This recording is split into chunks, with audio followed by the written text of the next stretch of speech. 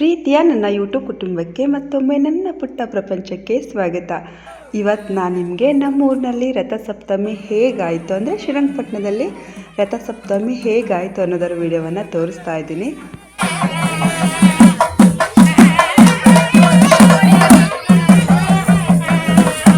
ಮುಂದೆ ಬನ್ನಿ. ಬೆಳಿಗ್ಗೆ 5:30 ಸಮಯಕ್ಕೆ ಸೂರ್ಯಮಂಡಲ ಮತ್ತು ಚಂದ್ರಮಂಡಲದ ಉತ್ಸವಗಳ ಮೆರವಣಿಗೆ ಆಗುತ್ತೆ.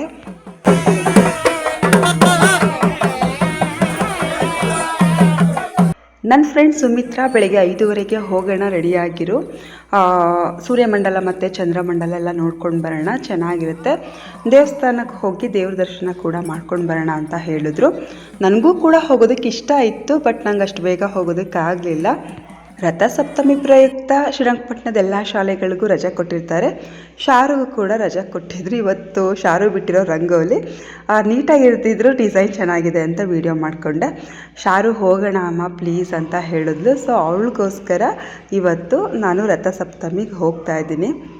ಆಮೇಲೆ ನಾನು ನನ್ನ ಫ್ರೆಂಡ್ ಸುಮ್ಮಿಗೆ ಮೆಸೇಜ್ ಮಾಡಿದೆ, ನಿಮ್ಮ ಜೊತೆ ಬರೋದಕ್ಕಾಗಲಿಲ್ಲ, ಆದರೆ ಶಾರುಗೋಸ್ಕರ ಇವಾಗ ಹೋಗ್ತಾ ಇದ್ದೀನಿ ಅಂತ.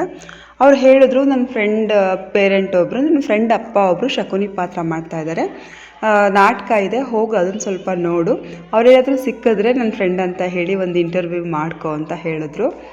ನಾಟಕ ಏನೋ ನಡೀತಿತ್ತು, ಅಷ್ಟು ಜನರ ನಡುವೆ ನಾನು ಹೋಗಿ ಅವ್ರನ್ನ ಹೇಗೆ ಭೇಟಿ ಮಾಡಲಿ ಅಲ್ವಾ.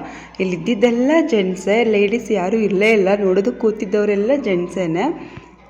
ರಂಗನಾಥ ಸ್ವಾಮಿ ದೇವಸ್ಥಾನದ ಹತ್ರ ಫುಲ್ಲು ಗಲಾಟೆ ಇರುತ್ತೆ, ಅಲ್ಲೆಲ್ಲ ನಾಟಕ ಮಾಡೋದಕ್ಕಾಗಲ್ಲ ಅಂತ ಬಸ್ ಸ್ಟ್ಯಾಂಡ್ ಹತ್ರನೇ ಮಾಡ್ತಾಯಿದ್ದಾರೆ. ಇವತ್ತು ರಥಸಪ್ತಮಿ ಇರೋದ್ರಿಂದ ಇಡೀ ಶ್ರೀರಂಗಪಟ್ಟಣ ಪೂರ್ತಿ ಏನಾದರೂ ಒಂದು ಕಾರ್ಯಕ್ರಮ ಇದ್ದೇ ಇರುತ್ತೆ. ನನ್ನ ಫ್ರೆಂಡ್ ಸುಮಿನೇ ಹೇಳಿದರು 2 ಗಂಟೆಯಿಂದ 2:30ವರೆಗೆ ರಥೋತ್ಸವ ಆಗುತ್ತೆ, ಆ ಟೈಮಿಂಗ್ಸ್ಗೆ ಹೋಗು ಚೆನ್ನಾಗಿರುತ್ತೆ ಅಂತ.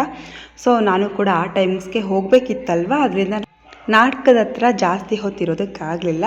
ನಾನು ಯಾಕೆ ನಿಮಗೆ ಇಂದಿರಾ ಕ್ಯಾಂಟೀನ್ ತೋರಿಸ್ತಾ ಇದ್ದೀನಿ ಅಂತ ಹೇಳಿದ್ರೆ, ಅದ್ರ ಹಿಂದೆ ಒಂದು ಕಥೆ ಇದೆ, ನಾನು ನಿಮಗೆ ಮತ್ತೊಂದು ಸಲ ಹೇಳ್ತೀನಿ, ಇವಾಗ ಹೇಳೋದು ಬೇಡ. ಇಲ್ಲೆಲ್ಲ ಸಂತೆ ನಡೆಯುತ್ತೆ, ಶನಿವಾರ ಸಂತೆ, ನಿಮ್ಗೆ ತುಂಬ ವಿಡಿಯೋದಲ್ಲಿ ಸಂತೆ ತೋರಿಸಿದ್ದೀನಿ. ಇವತ್ತು ಖಾಲಿ ಇದೆ ನೋಡಿ, ಇವತ್ತು ಬುಧವಾರ ಅಲ್ವಾ, ಆದ್ದರಿಂದ ಇವತ್ತು ಸಂತೆ ಏನೂ ಇಲ್ಲ, ಪೂರ್ತಿ ಖಾಲಿ ಇದೆ. ಇಲ್ಲಿ ಶ್ರೀರಂಗಪಟ್ಟಣದಲ್ಲಿ ಪ್ರತಿಯೊಬ್ಬರು ಮನೆ ಮುಂದೆನೂ ತುಂಬ ಚೆನ್ನಾಗಿ ರಂಗೋಲಿ ಬಿಟ್ಟಿದ್ರು. ಇದು ಸೂರ್ಯಮಂಡಲ ಚಂದ್ರಮಂಡಲ ಅಂತಲೇ ರಂಗೋಲಿಗಳ ಹೆಸರು. ನಾವು ಕೂಡ ಶ್ರೀರಂಗಪಟ್ಟಣದಲ್ಲಿ ಒಂದು 2-3 ವರ್ಷ ಇದ್ವಿ. ಮೈಸೂರಿಗೆ ಹೋಗೋದಕ್ಕೂ ಮುಂಚೆ ಮೊದಲು ಶ್ರೀರಂಗಪಟ್ಟಣದಲ್ಲೇ ಇದ್ದಿತ್ತು, ಅವಾಗ ನಾವು ಕೂಡ ಹೀಗೆ ರಂಗೋಲಿ ಬಿಡ್ತಿದ್ವಿ. ನಮ್ಮನೆ ಹತ್ರನೂ ಕೂಡ ಊರಲ್ಲೂ ಸಹ ತುಂಬ ಜನ ಹೀಗೆ ಬಿಡ್ತಾರೆ. ತೇರು ನೋಡಿ ಎಷ್ಟು ಚೆನ್ನಾಗಿ ಬಿಟ್ಟಿದ್ದಾರೆ. ಹಾಗೆ ರಂಗನಾಥ ಸ್ವಾಮಿ ದೇವಸ್ಥಾನಕ್ಕೆ ಹೋಗುವಾಗ ಆನ್ ದ ವೇ ಹಾದಿಯಲ್ಲಿ ಸತ್ಯನಾರಾಯಣ ಸ್ವಾಮಿ ದೇವಸ್ಥಾನ ಕೂಡ ಸಿಗುತ್ತೆ. ನೀವು ಬೇರೆ ದಿನ ಬಂದರೆ ಬಸ್ನಲ್ಲೇ ಆರಾಮಾಗಿ ಬರಬಹುದು. ಬಸ್ ಸ್ಟ್ಯಾಂಡಿಂದ ರಂಗನಾಥ ಸ್ವಾಮಿ ದೇವಸ್ಥಾನಕ್ಕೆ ಬಸ್ಗಳು ಬರುತ್ತೆ. ಆದರೆ ಇವತ್ತು ಹಬ್ಬ ಇದ್ದಿದ್ದರಿಂದ ಫುಲ್ಲು ರಶ್ ಇದೆ ಅಂತ ಬಸ್ಗಳು ಈ ಕಡೆಯಿಂದ ಓಡಾಡ್ತಿರ್ಲಿಲ್ಲ, ಮೇನ್ ರೋಡಲ್ಲಿ ಓಡಾಡ್ತಿತ್ತು. ಹಾಗೆ ಹೋಗುವಾಗ ಅಲ್ಲಿ ಪ್ರಸಾದ ವಿನಿಯೋಗ ಆಗ್ತಿತ್ತು. ನಾವು ತಿಂದ್ಕೊಂಡೇ ಹೋಗಿಬಿಡೋಣ ಅಂದ್ಕೊಂಡು ಕ್ಯೂನಲ್ಲಿ ನಿಂತ್ಕೊಂಡ್ವಿ. ತುಂಬ ಏನು ಜಾಸ್ತಿ ಕ್ಯೂ ಇರಲಿಲ್ಲ, ಕ್ಯೂ ಇದ್ದರೂ ಸಹ ಬೇಗ ಖಾಲಿ ಆಗ್ತಿತ್ತು. ನನ್ನ ಮಗಳಿಗಂತೂ ಬೇಡಮ್ಮ ಹೋಗೋಣ ಬಾ ಅಂದ್ಲು. ಬಾ ಮಗಳೇ ಸ್ವಲ್ಪ ತಿನ್ಕೊಂಡೇ ಹೋಗೋಣ ಅಂತ ನಾನೇ ಕರ್ಕೊಂಡು ಬಂದೆ. ಕೊನೆಗೂ ಅವಳು ಈಸ್ಕೊಳ್ಳಿಲ್ಲ, ನಾನು ಮಾತ್ರ ಈಸ್ಕೊಂಡೆ. ಬಿಸಿಬೇಳೆ ಬಾತು, ಮೊಸರನ್ನ ಮತ್ತು ಕೇಸರಿ ಬಾತ್ ಕೊಟ್ಟಿದ್ದರು.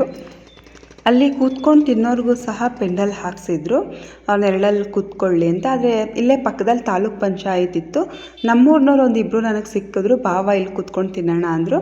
ಸೊ ಅವ್ರ ಜೊತೆ ನಾನು ಕೂಡ ಅಲ್ಲೇ ಹೋಗಿ ಕೂತ್ಕೊಂಡು ತಿಂದೆ. ನಿಮಗೆ ಬೇರೆ ಕಡೆ ಎಲ್ಲ ಶಾಪಿಂಗ್ ಮಾಲ್ಗಳಲ್ಲಿ ಅಥವಾ ಮಾರ್ಕೆಟ್ಗಳಲ್ಲಿ ಪ್ರತಿಯೊಂದು ವಸ್ತುಗಳು ಸಿಗುತ್ತೋ ಇಲ್ವೋ ಗೊತ್ತಿಲ್ಲ, ಆದರೆ ಜಾತ್ರೆಗಳಲ್ಲಂತೂ ನಿಮಗೇನು ಬೇಕೋ ಆ ಥರ ವಸ್ತುಗಳೆಲ್ಲ ಪ್ರತಿಯೊಂದು ಸಿಗುತ್ತೆ. ಇಲ್ಲಿ ನೋಡಿ ಮಂಚಗಳು, ಕಬ್ಬಿಣದ ಮಂಚಗಳನ್ನೂ ಸಹ ಮಾರಾಟಕ್ಕೆ ಇಟ್ಬಿಟ್ಟಿದ್ದಾರೆ. ಈ ಕಡೆ ರೋಡು ಕಾವೇರಿ ಹೊಳೆಗೆ ಹೋಗುತ್ತೆ, ಈ ಕಡೆ ರೋಡ್ ಇದೆಲ್ಲ ಇದು ಮೈಸೂರು ಕಡೆ ಹೋಗುತ್ತೆ. ಅಲ್ಲೂ ಕೂಡ ಫುಲ್ಲು ಬ್ಯುಸಿ ಇವತ್ತು, ಎಲ್ಲ ಥರ ಅಂಗಡಿ ಮಳಿಗೆಗಳನ್ನ ಅಲ್ಲೂ ಕೂಡ ಇಟ್ಕೊಂಡಿದ್ದಾರೆ. ಬೇರೆ ದಿನಗಳಲ್ಲೆಲ್ಲ ಖಾಲಿ ಇರುತ್ತೆ. ದೇವಸ್ಥಾನದ ಹೆಬ್ಬಾಗ್ಲು ಬೀದಿಲಂತೂ ಕಾಲಿಡೋದಕ್ಕೆ ಜಾಗ ಇಲ್ಲ, ಪ್ರತಿಯೊಂದು ವಸ್ತುಗಳನ್ನೂ ಮಾರಾಟ ಮಾಡ್ಕೊಂಡು ಇಟ್ಕೊಂಡಿದ್ದಾರೆ. ಈ ಟೈಮ್ನಲ್ಲಿ ಮಕ್ಕಳನ್ನಂತೂ ಕರ್ಕೊಂಡು ಬಂದಿದ್ರೆ ಜೇಬಿಗೆ ಕತ್ರಿನೇ, ₹1 ಉಳ್ಕೊಳ್ಳೋದಿಲ್ಲ. ಜಾತ್ರೆ ಅಂದಮೇಲೆ ಕಡಲೆಪುರಿ, ಖಾರ ಮತ್ತು ಜಿಲೇಬಿ, ಬಿಸಿ ಜಿಲೇಬಿ ಎಲ್ಲ ಇರಲೇಬೇಕು. ಬ್ಯಾಗ್ಗಳನ್ನು ಸಹ ಮಾಡ್ತಾಯಿದ್ದಾರೆ, ಓಲೆಗಳನ್ನು ಸಹ ಮಾಡ್ತಾಯಿದ್ದಾರೆ, ಜೊತೆಗೆ ಚಪ್ಪಲ್ಸ್ ಕೂಡ ಮಾಡ್ತಾಯಿದ್ದಾರೆ. ಒಟ್ನಲ್ಲಿ ಏನೇನು ಬೇಕು ನಿಮಗೆ ಪ್ರತಿಯೊಂದು ಸಿಗುತ್ತೆ ಅಂತ ನಾನು ಮೊದಲೇ ಹೇಳಿದೆ ಅಲ್ವಾ. ನೋಡಿ ಬಟ್ಟೆಗಳು ಕೂಡ ಮಾರ್ತಾ ಇದ್ದಾರೆ. ತಿನ್ನೋದಕ್ಕೂ ಒಂದಷ್ಟು ಥರ ವೆರೈಟೀಸ್ ಸಿಗುತ್ತೆ ನಿಮಗೆ. ಮನೆ ಬಳಕೆ ಒಂದ್ರಿ, ಪಾವು, ಸೇರು, ಚಟಾಕು ಮತ್ತು ಬ್ರಷ್ಗಳು, ಒಟ್ಟಿನಲ್ಲಿ ಎಲ್ಲ ಗೃಹ ಉಪಯೋಗಿ ವಸ್ತುಗಳೆಲ್ಲ ಸಿಗುತ್ತೆ. ಹೆಣ್ಮಕ್ಳಿಗೆ ಎಲ್ಲೇ ಶಾಪಿಂಗ್ ಮಾಡ್ಕೊಂಡು ಬರಲಿ, ಜಾತ್ರೆಲಂತೂ ಶಾಪಿಂಗ್ ಮಾಡೋದು ಅವ್ರು ಬಿಡೋದೇ ಇಲ್ಲ. ಸನ್ಗ್ಲಾಸಸ್ ಕೂಡ ನೋಡಿ ಎಷ್ಟೊಂದಿದೆ ಅಂತ. ಜೊತೆಗೆ ಫೋನ್ದು ಪೌಚ್ಗಳು ಕೂಡ ತುಂಬ ಇಟ್ಟಿದ್ದಾರೆ. ತುಂಬ ಕಡೆ ಇಟ್ಟಿದ್ರು. ಅಲ್ಲೇ ಕಡಲೆಕಾಯಿ, ಹಸಿ ಕಡಲೆಕಾಳು ಬೀಜ ಕೂಡ ಇತ್ತು. ಹಸಿ ಕಡಲೆಕಾಳು ಅಂದರೆ ಸೊಪ್ಪು ಕಡಲೆಕಾಳು ಅಂತಲೂ ಅಂತೀವಿ. ಸೊಪ್ಪಲ್ಲೇ ಹಸಿ ಕಡಲೆಕಾಳು ಇರುತ್ತಲ್ಲ ಅದು. ಇವಾಗಿನ್ನ ತೇರನ್ನು ಎಳೆದಿಲ್ಲ, ಅದರಿಂದ ಸ್ವಲ್ಪ ರಶ್ ಕಡಿಮೆ ಇದೆ. ತೇರು ಎಳ್ದಾದ್ಮೇಲಂತೂ ಸಂಜೆ ಹೊತ್ತು ಹೋಗ್ಬಿಟ್ರೆ ಫುಲ್ಲು ರಶ್ ಇರುತ್ತೆ. ನೋಡಿ ಶೌಚಾಲಯ ಇದೆ, ದೇವಸ್ಥಾನದ ಹತ್ರನೇ, ತುಂಬ ಹತ್ರನೇ ಶೌಚಾಲಯ ಇದೆ. ಇಲ್ಲಿಗೆ ಬಂದಾಗ ತುಂಬ ಹತ್ತಿರ ಇದೆ ಅಂತ ಗೊತ್ತಾಗಲಿ ಅಂತ ಹೇಳ್ತಾ ಇದ್ದೀನಿ ಅಷ್ಟೆ. ನನಗದೇನೋ ಗೊತ್ತಿಲ್ಲ, ಇಲ್ಲಿ ಬಜ್ಜಿ ಮೆಣಸಿನ್ಕಾಯಿಗಳನ್ನೆಲ್ಲ ಈ ಥರ ಜೋಡಿಸಿರೋದು ನೋಡಿಬಿಟ್ಟು ನನಗೇನು ನೆನಪಾಯ್ತು ಗೊತ್ತಾ, ಮೈಸೂರು ಎಕ್ಸಿಬಿಷನ್ ನೆನಪಾಯಿತು. ಸೇಮ್ ಅಲ್ಲೂ ಕೂಡ ಹೀಗೆ ಎಲ್ಲ ಕಡೆ ಎಲ್ಲ ಅಂಗಡಿಗಳಲ್ಲೂ ಈ ರೀತಿ ಕಟ್ಕೊಂಡಿರ್ತಾರೆ. ಇಲ್ಲಿ ನೋಡಿ, ಇಲ್ಲೂ ಕೂಡ ಕುಟಾಣಿ ಎಲ್ಲ ಇದೆ. ಹಾಗೆ ಬರ್ತಾ ಇಲ್ಲಿ ಆಂಜನೇಯ ಸ್ವಾಮಿ ಫೋಟೋವನ್ನು ಇಟ್ಕೊಂಡು ಪೂಜೆ ಮಾಡ್ತಾಯಿದ್ರು. ಇಲ್ಲೂ ಕೂಡ ಪ್ರಸಾದವನ್ನು ಕೊಡ್ತಾಯಿದ್ರು, ಅವಲಕ್ಕಿ ಪ್ರಸಾದ ಕೊಡ್ತಾಯಿದ್ರು. ನಾವು ಆಲ್ರೆಡಿ ಊಟ ಮಾಡಿರೋದ್ರಿಂದ ಮತ್ತೆ ಬೇರೆಯವ್ರಿಗಾದರೂ ಆಗತ್ತೆ ಅಂತ ಈಸ್ಕೊಳ್ಳಿಲ್ಲ. ಇಲ್ಲಿ ಜಾತ್ರೆನಲ್ಲಿ ತೇರು ಅಂತ ಹೇಳಿದ್ಮೇಲೆ ಹಣ್ಣು ಜವನೆ ಎಸೆದೇ ಇರೋದಕ್ಕಾಗುತ್ತಾ. ಸೊ ಎಲ್ಲ ಕಡೆ ಹಣ್ಣು ಜವನೆ ಎಲ್ಲ ಮಾರ್ತಾಯಿದ್ರು. ಜೊತೆಗೆ ಪೂಜೆ ಸಾಮಾನು ಕೂಡ ದೇವಸ್ಥಾನದ ಮುಂದೆ ಮಾರ್ತಾಯಿದ್ರು.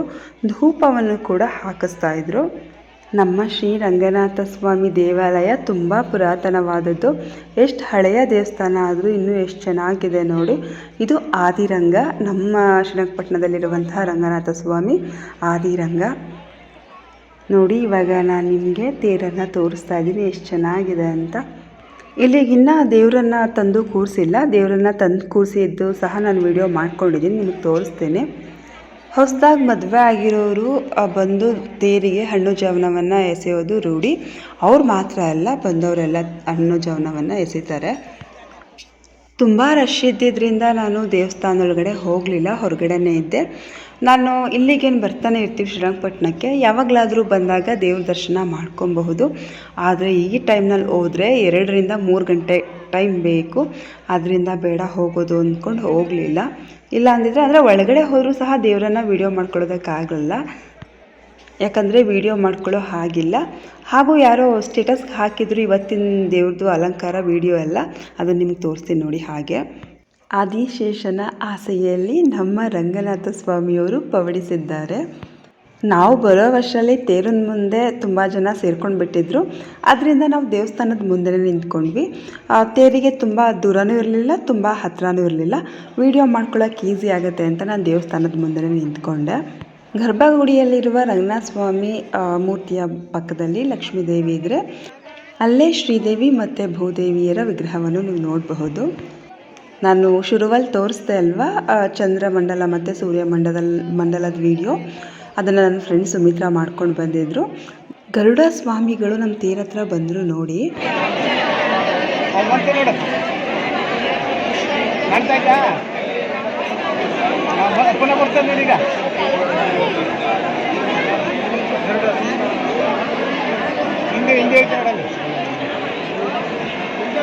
ಗರುಡ ದೇವರು ಬಂದು ತೇರ ಹತ್ರ 3 ಸುತ್ತು ಸುತ್ತೋವರೆಗೂ ತೇರು ಎಷ್ಟೇ ಹೇಳಿದ್ರು ಮುಂದಕ್ಕೆ ಬರಲ್ವಂತೆ. ನೋಡಿ ಈ ಕಲಿಯುಗದಲ್ಲೂ ಇದೆಲ್ಲ ಇದೆ ಅಂದರೆ ನಿಜವಾಗ್ಲೂ ಅದನ್ನೆಲ್ಲ ದೇವ್ರ ಮಹಿಮೆ ಅಂತಲೇ ಹೇಳ್ಬೋದು. ನಾನು ನಿಮ್ಗೆ ಮೊದಲೇ ಹೇಳ್ದೆ ಅಲ್ವಾ, ದೇವರನ್ನು ಕೂರಿಸಿರಲಿಲ್ಲ. ಇವಾಗ ಇಲ್ಲೊಂದು ಭವನ ಇದೆ ನೋಡಿ ದೇವಸ್ಥಾನದ ಮುಂದೆ, ಅಲ್ಲಿಂದ ದೇವರನ್ನು ತಂದು ಇವಾಗ ತೇರಿನಲ್ಲಿ ಕೂರಿಸ್ತಾ ಇದ್ದಾರೆ. ತೇರಿಗೂ ಮತ್ತು ಆ ಭವನಕ್ಕೂ ಮಧ್ಯದಲ್ಲಿ ಹಲಗೆಗಳನ್ನ ಇಟ್ಟಿದ್ದಾರೆ. ನಾನು ಕೂಡ ಇಷ್ಟು ವರ್ಷ ರಥಸಪ್ತಮಿಗೆ ಬಂದೇ ಇರಲಿಲ್ಲ. ಅಂದರೆ ನಾವು ಶ್ರೀರಂಗಪಟ್ಟಣದಲ್ಲೇ ಇದ್ದಾಗ ನಾನು ಮತ್ತು ಅಮ್ಮ ಇಬ್ಬರು ಹೊಳೆನಲ್ಲಿ ಹೋಗಿ ಆ ಎಕ್ಕದೆಲೆಗಳೆಲ್ಲ ಇಟ್ಕೊಂಡು ಸ್ನಾನ ಮಾಡಿ ಬೆಳಿಗ್ಗೆ 5:30ಗೆ ಬಂದು ಸೂರ್ಯಮಂಡಲ ಚಂದ್ರಮಂಡಲ ನೋಡ್ಕೊಂಡು ಹೋಗ್ತಿದ್ವಿ. ಆದರೆ ತುಂಬ ವರ್ಷ ಆಯಿತು, ತೇರು ಎಳೆಯೋದೆಲ್ಲ ನಾನು ನೋಡಿರಲಿಲ್ಲ. ತೇರು ಎಳೆದ ಮೇಲೆ ಬಂದು ಶಾಪಿಂಗ್ ಎಲ್ಲ ಮಾಡ್ಕೊಂಡು ಸುಮ್ಮನೆ ಹಾಗೆ ನೋಡ್ಕೊಂಡು ಹೋಗಿದ್ದಿದೆ. ಆದರೆ ಇವತ್ತು ನಿಮಗೋಸ್ಕರ ತೇರು ಎಳೆಯೋ ಟೈಮಿಂಗ್ಸ್ ಕರೆಕ್ಟಾಗಿ ಬಂದಿದ್ದೀನಿ. ಅದು ನೋಡಿ, ಅದು ಬೇಡ ಬಿಳಿಗೂ ಮತ್ತು ಇದು ಮಿಕ್ಸ್ ಐತಲ್ಲ ಅದು ನನಗೂ ಕೂಡ ಗರುಡ ಬಂದು ಆ ತೇರನ್ನು ಪ್ರದಕ್ಷಿಣೆ ಮಾಡಬೇಕು, ದೇವಸ್ಥಾನದ ಕಳಶಗಳ ಮೇಲೆ ಹೋಗಿ ಕುತ್ಕೋಬೇಕು ಅನ್ನೋದೆಲ್ಲ ನಿಜವಾಗ್ಲೂ ಗೊತ್ತಿರಲಿಲ್ಲ. ಇವತ್ತೇ ಫಸ್ಟ್ ಟೈಮ್ ಗೊತ್ತಾಗಿದ್ದು. ನನ್ನ ಕಣ್ಣೆದುರುಗಡೆನೆ ಅದನ್ನು ನೋಡಿದಾಗ ಅಲ್ಲಿ ಆ ತೇರು ಸಮಯಕ್ಕೆ ಕರೆಕ್ಟಾಗಿ ಬಂದು ಅದು ತೇರನ್ನು ಸುತ್ತಿತು ಅಂತ ಹೇಳಿದ್ರೆ ನಿಜ ಏನು ಅನಿಸುತ್ತೆ ಅಲ್ವಾ? ಯಪ್ಪ, ದೈವಿಕ ಭಾವನೆ ಮನಸ್ಸಲ್ಲಿ ಎಂಥವ್ರಿಗೂ ಸಹ ಮೂಡುತ್ತೆ. ಇದನ್ನು ನೋಡೋದಕ್ಕೆ ಅಂತ ಜನ ಎಷ್ಟು ಜನ ಬಂದಿದ್ರು ಅಂದರೆ ಕಣ್ಣು ಹಾಯಿಸ್ತಿದ್ರೆ ಎಲ್ಲೂ ಎಂಡಿಂಗೇ ಇಲ್ಲ, ಕೊನೆಯೇ ಇಲ್ಲ ಅನ್ನೋ ಥರ ಫುಲ್ಲು ಸುತ್ತ ಎಲ್ಲ ನಿಂತಿದ್ರು. ಅದಾದಮೇಲೆ ಅಲ್ಲಿ 101 ತೆಂಗಿನಕಾಯಿ ಕೂಡ ಹೊಡೆದ್ರು.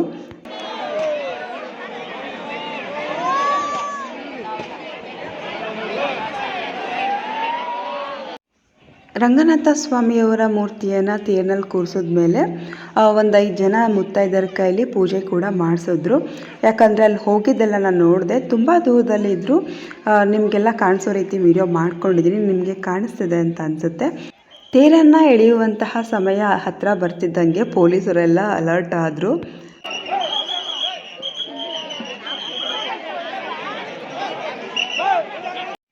ತೇರಿಗೆ ಪೂಜೆ ಎಲ್ಲ ಸಲ್ಲಿಸಿದ ಮೇಲೆ ಆ ಭವನಕ್ಕೂ ತೇರಿಗೂ ಕಲ್ಪಿಸಿರುವಂತಹ ಹಲಗೆ ಎಲ್ಲ ತೆಗಿತಾ ಇದ್ರು.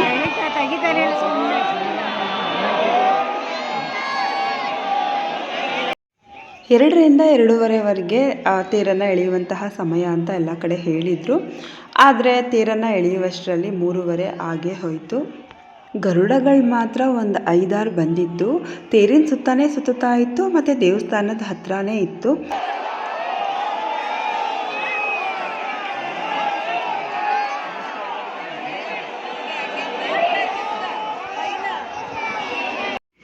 ಜನಗಳು ತೇರನ್ನು ಎಳೆಯುವುದರ ಜೊತೆಗೆ ಆ ಗರುಡಗಳನ್ನ ನೋಡೋದ್ರಲ್ಲೇ ಸಂಭ್ರಮ ಪಡ್ತಿದ್ರು. ಕೊನೆಗೂ ನಾವು ಕಾಯ್ತಿದ್ದಂತಹ ಸಮಯ ಬಂತು, ತೇರನ್ನು ಎಳೆಯೋದಕ್ಕೆ ಶುರು ಮಾಡಿದ್ರು.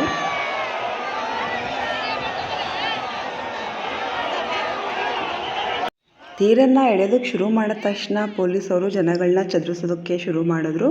ಯಾಕಂದರೆ ತೇರು ಬರೋದಕ್ಕೆ ಜಾಗ ಬೇಕಾಗಿತ್ತು. ನಾನಂತೂ ತುಂಬ ಹತ್ತಿರದಿಂದನೇ ನೋಡಿದೆ. ಈ ರಶಲ್ಲಿ ನನಗಂತೂ ನಿಜವಾಗ್ಲೂ ಪ್ರಯಾಗ್ರಾಜಲ್ಲಾಗಿದ್ದಂಥ ಘಟನೆ ನೆನಪಾಗೋಯಿತು. ತುಂಬ ಜನ ಕಾಲು ತುಳಿತಕ್ಕೆ ತುತ್ತಾದ್ರಲ್ವ, ಸೊ ಅದು ನೆನಪಾಯಿತು. ಹಾಗೂ ನಾವು ಸೇಫಾಗಿರಬೇಕು ಅನ್ನೋ ಭಾವನೆಯೂ ಇರುತ್ತೆ. ಆದರೆ ದೇವ್ರು ಬರುವಾಗ ನಿಜವಾಗ್ಲೂ ನಮಗೆ ದೇವ್ರನ್ನ ನೋಡೋದೇ ಒಂದು ಕೆಲಸ ಆಗಿಬಿಟ್ಟಿರುತ್ತೆ. ಅಂದರೆ ದೇವ್ರು ನೋಡೋದೇ ಒಂಥರ ಖುಷಿ ಆಗಿಬಿಟ್ಟಿರುತ್ತೆ. ಆವಾಗ ಯಾವುದ್ರ ಮೇಲೂ ಗಮನ ಇರಲ್ಲ. ಸೊ ಅದರಿಂದ ಸ್ವಲ್ಪ ಹುಷಾರಾಗಿ ಇರಬೇಕು ರಶ್ ಇದ್ದಾಗ.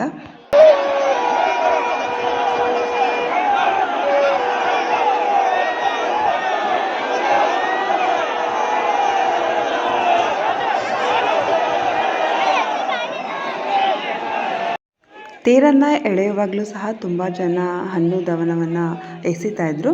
ನಾವು ಹಣ್ಣು ಜವನೆ ಅಂತ ಕರಿತೀವಿ, ಅದು ದವನ ಅಂತ. ಆ ಹೂವು ಹೆಸರು ದವನ ಅಂತ. ಅಲ್ಲಿರೋ ಉತ್ಸವ ಮೂರ್ತಿ ನಿಮಗೆ ಕಾಣಿಸ್ತಿಲ್ಲ ಅಂತ ನಾನು ಸಪ್ರೇಟಾಗಿ ಹಾಕಿದ್ದೀನಿ, ಫೋಟೋ ನೋಡಿ. ಬರ್ತಾ ಬರ್ತಾ ಜನ ಸಾಗರವೋ ಸಾಗರ.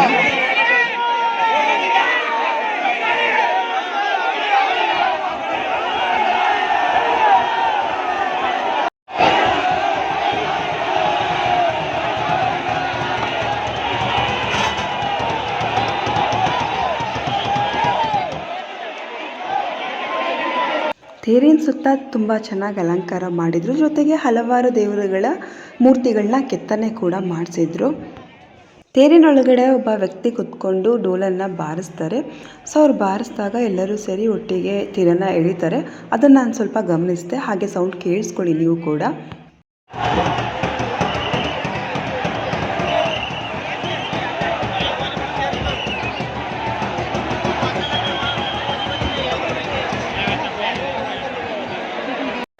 ಇಷ್ಟು ಹತ್ತಿರದಿಂದ ತೇರನ್ನು ಎಳೆಯೋದನ್ನು ನೋಡಿ ನಿಮಗೂ ಖುಷಿಯಾಗಿದೆ ಅಂತ ಅಂದ್ಕೊಳ್ತೀನಿ. ಯಾಕಂದರೆ ತುಂಬ ಜನ ನ್ಯೂಸ್ ಚಾನಲ್ನವರು ಸಹ ಬಂದು ಇಲ್ಲಿ ವಿಡಿಯೋ ಮಾಡ್ಕೊತಾ ಇದ್ರು. ಅದನ್ನು ನಾನು ನೋಡಿದೆ. ನಿಮಗೆಲ್ಲ ಈ ವಿಡಿಯೋ ಇಷ್ಟ ಆದರೆ ಒಂದು ಲೈಕ್ ಮಾಡಿ. ಫಸ್ಟ್ ಟೈಮ್ ನನ್ನ ಚಾನಲ್ನ ನೋಡ್ತಿರೋರು ಸಬ್ಸ್ಕ್ರೈಬ್ ಮಾಡೋದನ್ನು ಮರಿಬೇಡಿ.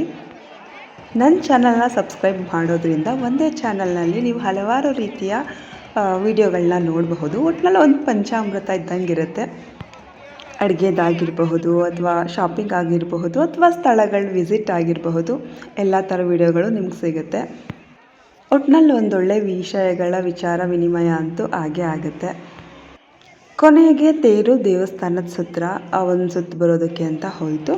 ನಾವು ಅಲ್ಲಿಂದ ಆ ಜನಸಂದಣಿಯಲ್ಲೇ ಹೊರಟು ಬಂದ್ವಿ. ಹೊರಗಡೆ ಕರ್ಕೊಂಡು ಹೋದ್ಮೇಲೆ ಶಾರು ಸುಮ್ಮನೆ ಇರ್ತಾಳ. ನಾನು ಕಬ್ಬಿನ ಹಾಲು ಕುಡಿ, ಫ್ರೂಟ್ ಸಲಾಡ್ ತಿನ್ನು ಮತ್ತು ಕಲ್ಲಂಗಡಿ ಹಣ್ಣು ತಿನ್ನು ಅಂತ ಹೇಳಿದ್ರೆ ಅವಳು ನನಗೆ ಪಾನಿಪುರಿ ಬೇಕಂತ ಕೇಳಿದ್ಲು. ಸೊ ಅವಳು ನಾನಿಬ್ಬರು ಪಾನಿಪುರಿ ತಿನ್ನೋಣ ಅಂತ ಹೋದ್ವಿ. ಅವಳು ಪಾನಿಪುರಿ ತೊಗೊಂಡ್ಳು. ನನಗೂ ಪಾನಿಪುರಿ ಇಷ್ಟ ಆಗುತ್ತೆ, ಆದರೂ ನಾನು ಮಸಾಲೆ ಪುರಿ ತೊಗೊಂಡೆ. ಅದನ್ನು ತಿಂದಾದ್ಮೇಲೆ ನೆಕ್ಸ್ಟು ಅಮ್ಮ ಗೋಬಿ ಕೊಡ್ಸಮ್ಮ ಅಂತ ಹೇಳಿದ್ಲು. ನನಗೆ ಮಶ್ರೂಮ್ ಮಂಚೂರಿಯನ್ ಇಷ್ಟ ಆಗುತ್ತೆ, ಆದರೆ ಅವಳಿಗೆ ಮಾಮೂಲಿ ಗೋಬಿ ಇಷ್ಟ ಆಗುತ್ತೆ. ನನಗೆ ಈ ಗೋಬಿನೇ ಬೇಕಂದ್ಲು. ಅವಳೊಂಥರ ನಾನೊಂಥರ ತಿನ್ನೋದು ಬೇಡ ಅಂತ ಅದನ್ನೇ ತೊಗೊಂಡೆ. ಲಾಸ್ಟ್ ಟೈಮ್ ಒಂದು ಇನ್ಸಿಡೆಂಟ್ ಆಗಿತ್ತು. ಜಾಯಿಂಟ್ ವೀಲಲ್ಲಿ ಒಬ್ರಿಗೆ ಕೂದಲು ಸಿಕ್ಕಿ ಹಾಕ್ಕೊಂಡು ಪಾಪ ಅವ್ರಿಗೆ ಸ್ವಲ್ಪ ಏಟಾಗಿತ್ತು. ಅದರಿಂದಾಗಿ ಈ ವರ್ಷ ಯಾವುದೇ ಆಟಗಳನ್ನ ಇಟ್ಟಿರಲಿಲ್ಲ, ಕೆಲವೊಂದು ಆಟ ಮಾತ್ರ ಇಟ್ಟಿದ್ರು.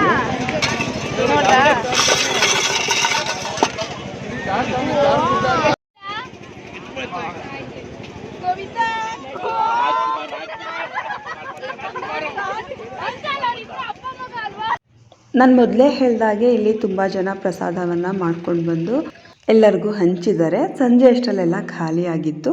ಮತ್ತು ಇದೊಂಥರ ಲಾಟ್ರಿ ಆಟಗಳು ಒಂದಷ್ಟು ಇಟ್ಟಿದ್ರು. ಏನೋ ಮಕ್ಕಳುಗಳ ಕ್ರೇಜು ಆಟ ಆಡ್ಕೊತಾ ಇದ್ರು.